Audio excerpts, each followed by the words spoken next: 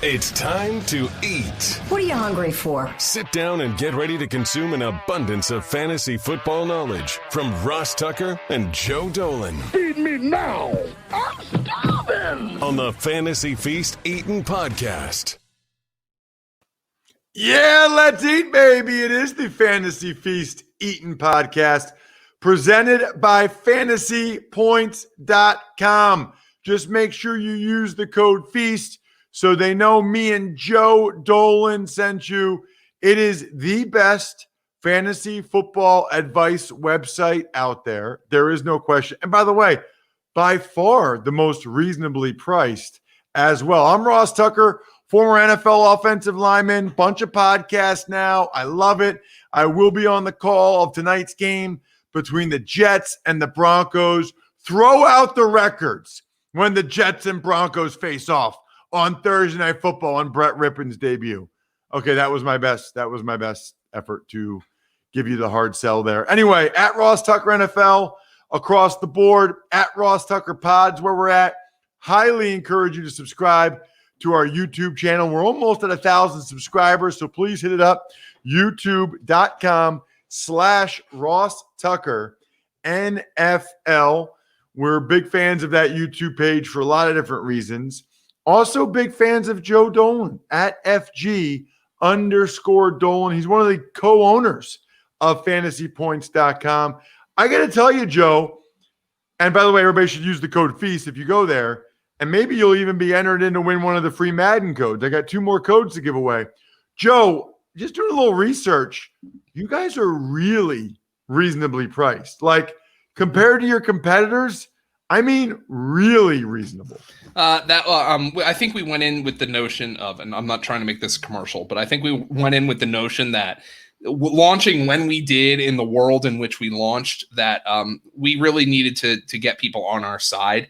And I think we've accomplished that, understanding that, you know, when you start a new business and in such uncertain times, I sound like I'm doing a voiceover for a credit card commercial. in these uncertain times, but I thought it was important for us to build up a subscriber base and show that, hey, get in with us on the ground floor, and this is going to be a relationship that strengthens and evolves, and not something where we're like, you know, like pedal to the metal, like throwing a million things at you. And I think that's worked thus far. Our content is, we do have a lot of content. We have a metric ton of content, but yeah, you can still get in. Now you can get in for under $100 for rest of the season, DFS, all that stuff. Everything is included in our premium package, and you can get in for under $100. And if you use the code FEAST, you get an extra discount as well.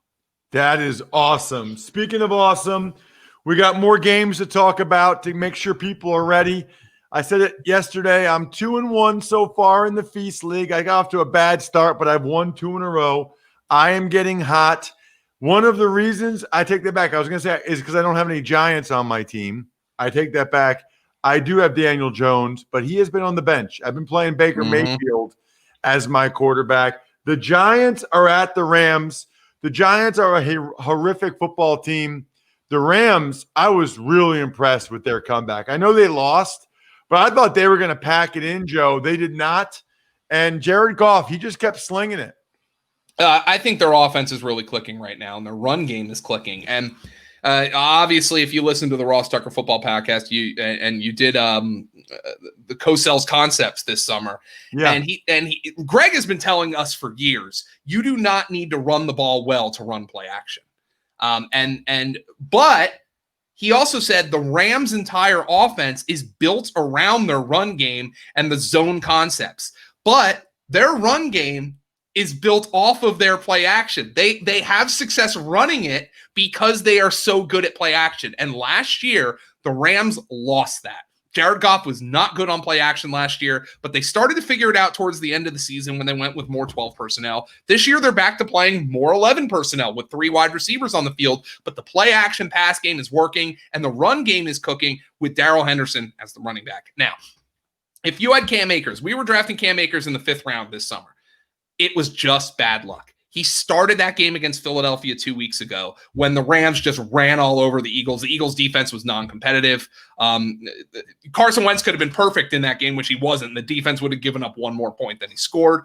But it just showed what the Rams are doing well. The play-action pass game is cooking. The play-action run game is cooking because of that. Darrell Henderson right now is an RB1. They are going to give him a shot to hold down this job.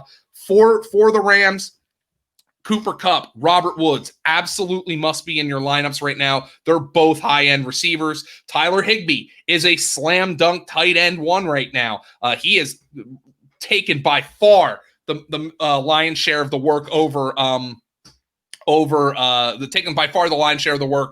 Gerald Everett. Jared Goff against the Giants. He is a QB1. I love the Rams team this week. Anybody for the Giants? Anyone? Darius Slayton, maybe. But Jalen Ramsey is going to be a tough matchup. Evan Ingram's been a huge disappointment. Daniel Jones, part of it's his fault. Some of it's the offensive line. Frankly, Ross, in most leagues, I don't want to play anybody on this Giants team. Yeah, I just don't. Let's wait to see what happens with the backfield. I actually upgraded Devontae. This is how bad things are for the Giants. I upgraded Devontae Freeman this week because after he had 5 carries for 10 yards, only because Wayne Gallman and Dion Lewis looked worse. So, I think Devontae Freeman is going to get a shot going forward. I would rather just throw my hands up, punch his pile at this. No way. I'm washing my hands of the New York Giants. The Buffalo Bills are in Las Vegas. The Buffalo Bills are an offensive juggernaut, and they're playing the Raiders, who might get in trouble because they didn't wear masks. Anyway, let's start with who you got for Buffalo and Vegas. Okay, so for Buffalo, keep an eye on the status of Zach Moss, by the way, because if Zach Moss doesn't play, Devin Singletary is a high-end RB2. He played over 80% of the snaps with Zach Moss out with the toe injury. Toe injury always makes me feel like it's turf toe, and we said, as we've seen, that cost Phillip Lindsay multiple games. It's cost Devontae Adams multiple games last year. So if it's turf toe, I would expect Devin Singletary is going to be back in the saddle for Buffalo. Josh Allen's an MVP candidate. You have to have him in your lineup. He's a league winner right now. Stephon Diggs must be in your lineup. But keep an eye on the status of John Brown, who is not practicing. We're recording this on Wednesday. He is not practicing. He's had injuries the last couple of weeks. I think this is a calf injury. So that would just be all the more reason to focus on Stephon Diggs. And maybe you can, in a deeper league, give a look to Cole Beasley or Gabriel Davis. Our guy Adam Kaplan at fantasypoints.com says the Bills love Davis. They view him as their future X. And if John Brown doesn't play, Gabriel Davis is going to start at X. And against a Raider defense that's a little bit shorthanded in the secondary, wouldn't be shocked if he makes a couple of plays. What about for Vegas? They are really banged up. It looks like both Bryan Edwards and Henry Ruggs are going to miss this game. Edwards has an ankle injury. Henry Ruggs has a hamstring. I think Ian Rappaport called Ruggs a long shot to play. So I'm looking at this as Darren Waller, and I'm looking at this as Josh Jacobs with a little bit of Hunter Renfrow mixed in. Against this Bill defense, you cannot consider playing Derek Carr, but Waller and Josh Jacobs are definitely in your lineups. The Patriots focused on taking Waller out last week. That's why he didn't have such a big game in addition to playing hurt. But Derek Carr, with that thin receiving core, no way you can consider him this week for Vegas. They're just really banged up. Really intrigued by this matchup. Patriots at the Chiefs. Let's start with New England. Sony Michel, Burkhead, even Cam let some people down. I'm banging my head on the table right now, Ross, because we were 1 week away. And I was saying last week, I'm like, if you stashed Damian Harris in your leagues, the Patriot run game has been terrible outside of Cam Newton through 2 weeks. All you need is to get through one more week with Sony Michel and Rex Burkhead looking like crap, and Damian Harris could be in line to take over this backfield. Of course, Michel and Burkhead go nuts in week 3. Of course they did. This is entirely wait and see. Damian Harris returned to practice on Wednesday. I expect he's going to be active either this week or next. So Damian Harris, this is a wait and see approach in this backfield, especially in a game when you think they're probably going to have to throw the ball a lot. Cam did let people down. Ross, he's been Cam so far this year. He's overall, he's been good, no doubt about that. He's had 2 games in which he ran the ball really well. He's had 1 game in which he threw the ball really well. And he's had 1 game last week in which he really didn't do either. It didn't matter last week. They won pretty easily. But he's been Cam. But I would think they need Cam to cook in this game if they're going to have any shot to win. So Cam is a QB1 this week. I think Julian Edelman is a wide receiver 2 this week. And you can take a shot on N'Keal Harry. I want to see what happens in this backfield, though, before I start anybody for the Patriot backfield. What about the Kansas City Chiefs? I mean, they got a bunch of guys. That Mahomes guy's pretty good. Yep. I mean, what about the guys that aren't obvious, like Kelsey and Hill and whatever? Start them. I mean, Mahomes, Kelsey, Hill, Edwards-Helaire, start them. There's no conversation to be had there. The only other guys you can really take a shot on are Mecole Hardman and Sammy Watkins. And, what has to happen for those guys, it has to be the week that they make a big play. Happened with Hardman this past week. You understand what you're getting into if you play those guys. Maybe you give a little bit extra juice to Mecole Hardman in the event Stephon Gilmore covers Tyreek Hill this week. But we know what Bill Belichick might do. Bill Belichick might put Stephon Gilmore on Travis Kelce. So it could be here's what you're going to do. Stephon Gilmore's not going to play 100% of the snaps on either Kelce or Tyreek Hill. If you're the Chiefs and you have these Chiefs, you just start them every week and you live with the occasional bad game. Thankfully, I didn't give out the bet on the Even Money podcast. I kind of liked Monday night laying the 3.5 points with the Ravens. Said that on the Dan Patrick Show. So did I. Did not go real well for me. But what really matters is I didn't say it on the Even Money podcast, where I'm up 10 units, which is something DraftKings Sportsbook probably doesn't want me to tell you about because they like money. They want to keep their money. Although, because they're just getting started in some states, they're giving all new users the chance to turn $1 into $100 when you bet on any team. Place a $1 bet on any team, and if that team wins, you cash a cool Benjamin. They got other stuff on NBA, Major League Baseball right now, but come on, we're a football show. We're a fantasy football show. Download the top-rated DraftKings Sportsbook app now or the regular DraftKings app for DFS. Use promo code Ross either way, and then send it to me with a screenshot. That can be how you maybe get the free Madden code when you sign up to get this can't-miss offer. Pick any team during Week 4, bet $1 on them, and win $100 if they win. That's $1 to win $100 when you use promo code Ross during sign-up. Limited time, only at DraftKings Sportsbook. Must be 21 or older, New Jersey or PA only. Private boost terms and conditions and eligibility restrictions apply. See DraftKings.com/sportsbook for details. Gambling problem? Call 1-800-GAMBLER. Speaking of gambling and a gambling problem, Joe, you might be gambling if you bet on the Philadelphia Eagles to beat the San Francisco 49ers Sunday night. The way the Eagles have looked. Now Dallas Goedert is out. Oh, my good. Talk to me about the Eagles as a fantasy team. Do I have to? I guess this is the Fantasy Feast podcast. Ross, the Eagles are rotten. They're rotten from the top down.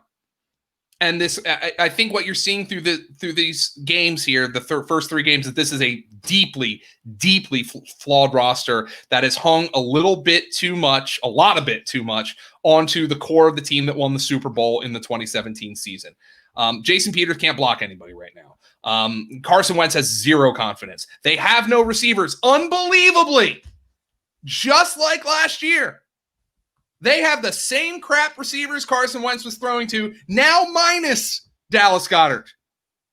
So they might even be worse this week than they were at the end of last year when Carson Wentz was dragging a corpse of a roster to the playoffs. Now Wentz has no confidence. They drafted Jalen Hurts. He played like 5 snaps in week 3 and fumbled on one of them.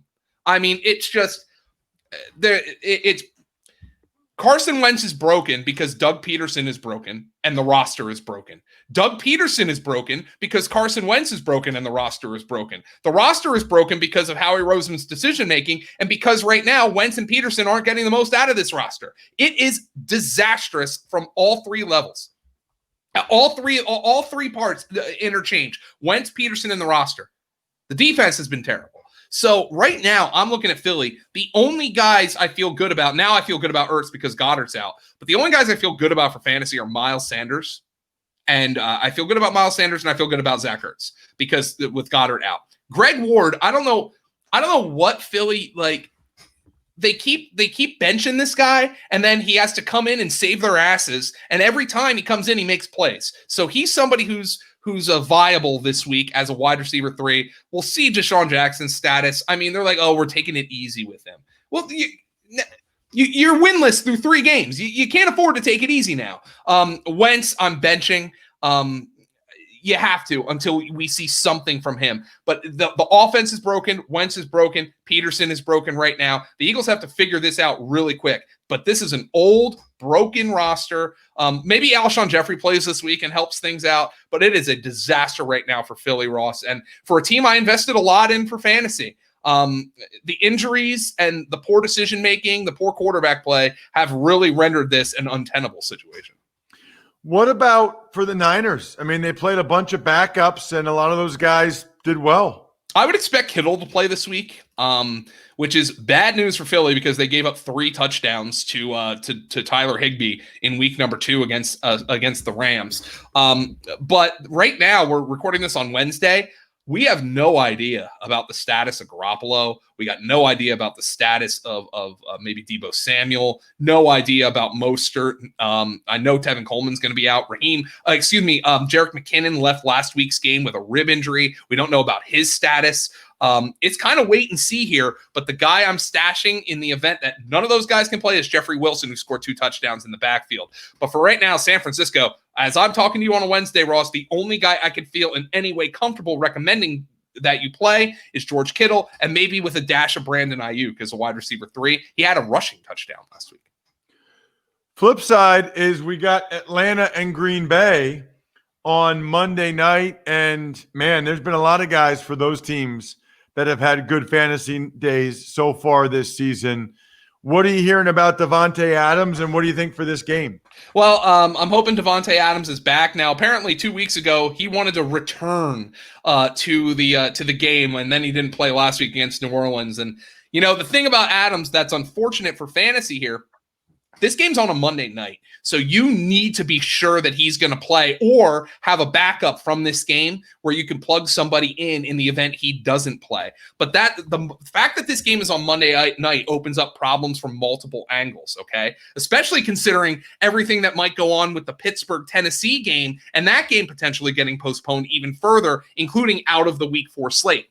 So you have injuries on both sides, key injuries on both sides here. Davante Adams has the hamstring injury for Green Bay. Julio Jones has the hamstring injury for Atlanta. Russell Gage is in concussion protocol for Atlanta. So as we're talking on a Wednesday, before these teams practice, they don't even practice till Thursday. So as we're talking on a Wednesday, all those guys we don't know if they're going to be available. All of them I want to start in this potential shootout, but we don't know if they're going to be available right now. So you simply need more information. What I can tell you is Aaron Rodgers is kicking ass. He looks awesome. He looks vintage Rodgers. This is like 2014 Rodgers. He looks incredible. And Alan Lazard, the chemistry Rodgers has with this guy, man, Ross, am I nuts for saying I think Alan Lazard's like a top 24 fantasy wide receiver right now? Because Aaron Rodgers has a lot of trust in him, a lot of trust, and it's coming to fruition. And I think Lazard's part of the reason Rodgers is having this resurgent season. Yeah, I was going to say that. I'm still shocked that he didn't get drafted.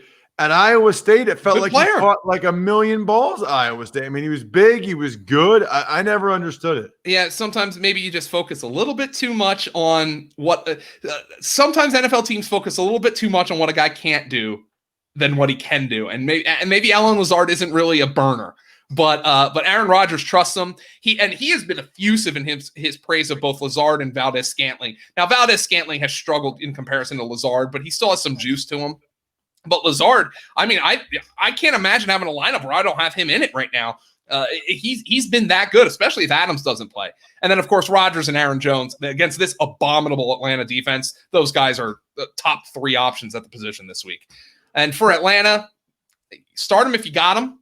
Todd Gurley's looked okay to me. And one thing I did notice for Todd Gurley, they are working in Brian Hill a little bit more. And I wonder if it's to try to keep Gurley fresh, to make sure he doesn't wear down. So Gurley's look fine. I think he's an RB2, and I think Brian Hill, if you have Gurley, Brian Hill's the handcuff. Yeah, I thought Hill looked pretty good. I did too. When he was out there. And we'll see. I guess Julio's going to play? Julio is, I hope so, but let's keep an eye on his status this week. Remember, this is a Monday night game. So that's, if there's a setback, you might be screwed. So keep an eye on that. But Calvin Ridley might lead the NFL in receiving this year. He's been awesome. He really has. His name's Joe Dolan. He's been awesome this year. At FG_Dolan on Twitter. I'm at Ross Tucker NFL, Twitter, Instagram, Facebook. Most importantly, at Ross Tucker Pod. You're going to want to follow that because that's how you know exactly when the shows have posted, especially on Twitter. We got all the awesome highlight clips over at youtube.com/Ross Tucker NFL and the full-length shows, I might add. So you can watch us in addition to listening to us, and you can take advantage of the DraftKings Sportsbook app. Send it to me, and maybe you'll get the free Madden code. Other than that, totally stuffed now. We're done. Thanks for listening to the Fantasy Feast podcast. Make sure to also subscribe to the Ross Tucker Football Podcast, Even Money, Business of Sports, and the College Draft. All available at Apple Podcasts, rosstucker.com, or wherever podcasts can be found.